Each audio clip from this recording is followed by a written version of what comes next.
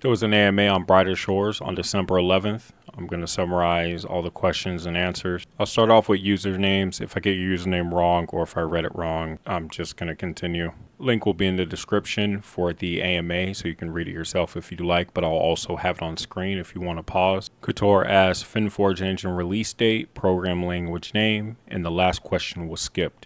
Andrew responds to the release date of the engine, not anytime soon. He goes further and says FinForge is a game engine that focuses on programming language and game focus IDE. As for the programming language name, they call it FinForge Languages. And if you know Java, you wouldn't have a problem using FinForge. TFT Frugal asks, will there be in-game group content like raids? Samuel responds, yes, to in-game content and raids. Nargisi asks, what's the ETA on a mobile version for the game, and will it come after release? Andrew responds, mobile might launch after early access, don't want to launch it too soon. Update process for mobile is troublesome and can be slow to approve for mobile platforms, would conflict with pushing updates. Shark Geedy asks, ETA on episode 5, how many episodes releasing before exit early access? What would the game look like after early access? Most of episode 5 mapping quests are done, professions still need work.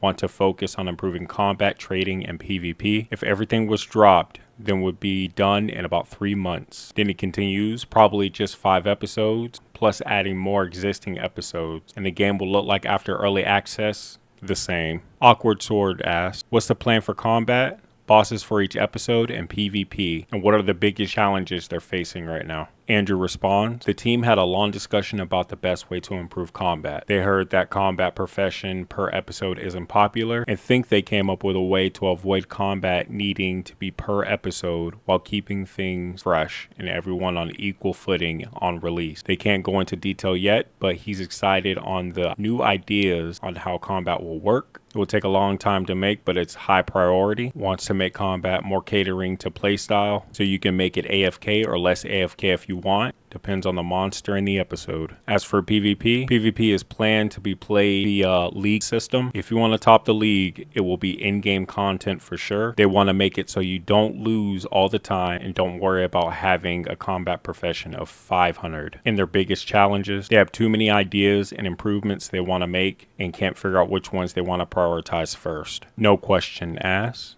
Are 3D models made with FinForge or something like Blender and its benefits? Also asked, is it hard to learn custom scripting language used to make content? Greg and Nick answers, 3D models made in ZBrush and Maya. Paul answers, scripting language has a lot of great tools, making it easy to navigate. It is powerful and flexible, takes a team effort and experience will be its own challenge. We need to be able to adapt quickly to changes and make new habits. Ian answers, FinForge is familiar to other Java languages, but has unique features that speed up multiplayer development. FinForge is familiar to other Java languages, but has unique features that speed up multiplayer development. FinForge has unique libraries, shorts, and designs to support faster development of content for that game. Seeking Singularity asks, description of Brightershores art style. Greg answers, stylized, hand-drawn, and clean every game object in hand-drawn textures that they painted digitally using graphic tablets. Space Shorts asks, noted items / buying in bulk will come in the future. Feels it's needed especially for player-to-player trading. Question 2. Player housing comes. Talks about feature to allow contracting other players to build things in their home for them. 3. Enchanting. Players be able to enchant weapons and armor in the future. Andrew responds, starting with the noting and bulking. Not planning on noting items, but will allow player-to-player trading directly to and from bank if in the market area. For player housing, he responds, build a profession isn't a player housing related profession. They might one day, but it's not a part of Builder or it's not being made anytime soon. And for enchanting, they want to have a way to buff weapons and armor in the future, but no details or designs yet. So for Adam asks, will they be hiring more devs in 2025? Andrew responds, depends on the player's subscription. Current subscription revenue goes into improving the game. They want to run a sustainable game regardless of player numbers. State Prize asks, can we expect to find out about big updates coming up? Second question. Will updates be more consistent, like every Monday at afternoon or whenever it's ready?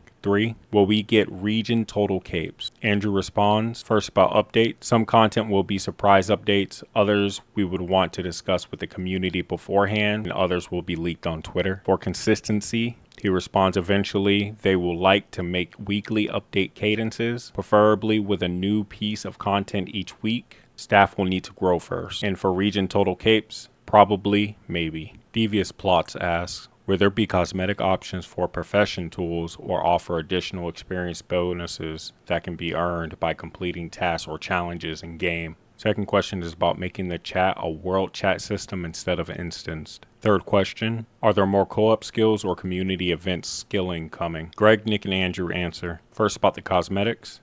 Yes, there will be adding more transmogs. About the chat system, they've been thinking about making it so that you can chat with people in the same room without being in instance. You can see people talk in chat if they're in the same room, but you can't see them. To ask what do people think about that idea, or making profession chats like a woodcutting chat or carpenter chat, etc., etc. For co-op skills and community events, they answer, they want to make more co-op leveling methods. Events will most likely be small affairs like the Christmas event. Due to staffing, they don't want to focus too much on things that won't stay in the game. Just me adding a little bit more. If you guys saw my last video, I did find a tweet where Andrew's talking about making a queued system. Similar to how you can queue actions with The Sims, you can do that with whatever skilling activity you're doing, such as multiple trees. It'll make a little queue line and your character will run in between doing those actions, so you don't have to keep clicking one, then click another after it finishes, and then click another after it finishes. He believes you would be able to talk more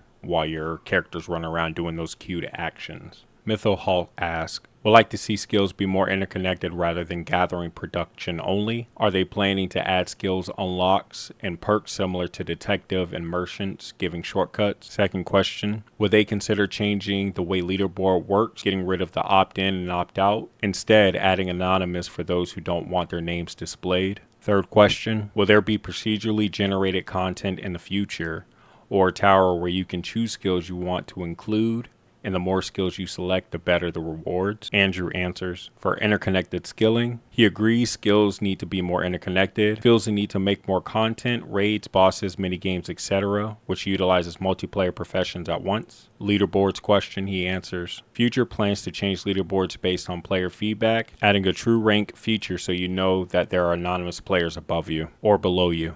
As for procedurally generated content, he answers, wants to make more minigames because he feels that the procedurally generated content would work well there. Plastermine asks, question 1 is skipped. Going into question 2, will future skills scale like resources and mobs when you get higher levels, or will they add new locations and shortcuts similar to merchant and detective? Third question, what feedback/requests from the community so far feels unexpected? Andrew answers, for future scaling, he would like to know if people prefer looping skill locations or bigger maps, so it's a new location more often as you level. His intentions were to make the map small for less running around and you get to revisit areas. And for community feedback, he responds, he didn't expect the community to care about reducing how many clicks they need to click, but understood that number of clicks is very important. Training Dig asks, question 1, will there be time where skills from previous episodes be needed? Question 2, what's the theory behind having small armor/weapon slots? And the third question was skipped. The answer given was, they might put in mini-game and raid content in the future episodes, and existing ones will use professions from other chapters. Quests will remain region specific. In the theory behind the bank slots, Andrew responds, not taking up too much storage space in the database. Also, more slots are good rewards for future quests and content. Spherical asks, can we carry tools in our hands as cosmetics? Nick responds, sorry, that would be difficult to work with other interactions and graphics. He apologizes and said it would be difficult to work with other animations and graphics. Prestigious Map wants to know about a chat filter rework, tracking bot, and offering public APIs. Andrew responds, to question 2 and 3, they are working on ways to detect bots and eventually APIs will go public, but they are focusing on the game only right now. Uzaring asks, question 1 is skipped. Is there going to be magic related combat and items, and will there be mount? Andrew responds, spells will be out of combat utility spells or tied to weapons like special attacks. Combat spells will be tied to weapons, giving more unique options and variety. No plans for mounts in general, and it'd be hard to add. Wapik asks about what monument rewards do they have in mind? Can players participate in creating what the monument will do? And will they add in-game community support features like bugs, queries, and player reporting? Andrew responds, yes for monument rewards, but won't go into specifics. And over time, they will add more ways to report bugs, queries, but that will come later. Keep sending emails for now. Those tools aren't a priority right now.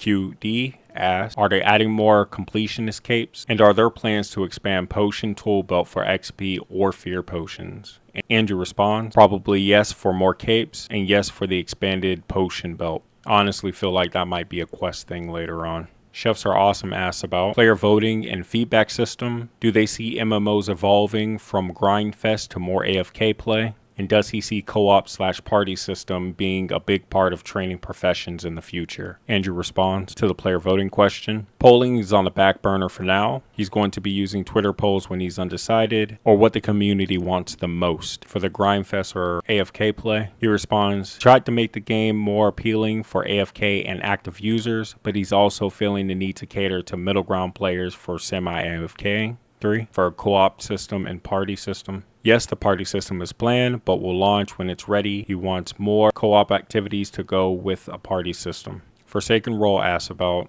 will there be full loot/inventory drops in PvP? Will there be PvP areas with contested resources, and will they drop if killed? Third question is skipped. Andrew responds back, for full inventory dropping, PvP might be a stake system rather than a full inventory drop, so you can control how much you put at risk. For the resources question, he responds, PvP will be a staked payment to opt-in system, and then PvP might be worldwide if you opt in. Orange Icicle asks, will there be any changes to the profanity filter? And will there be player mods? Samuel responds to the profanity filter. Some words will be removed, and to keep the game safe, they will add words if they deem it inappropriate. As for player moderators, he responds, there's no talks on PMs, but if it's rolled out, it will be done silently.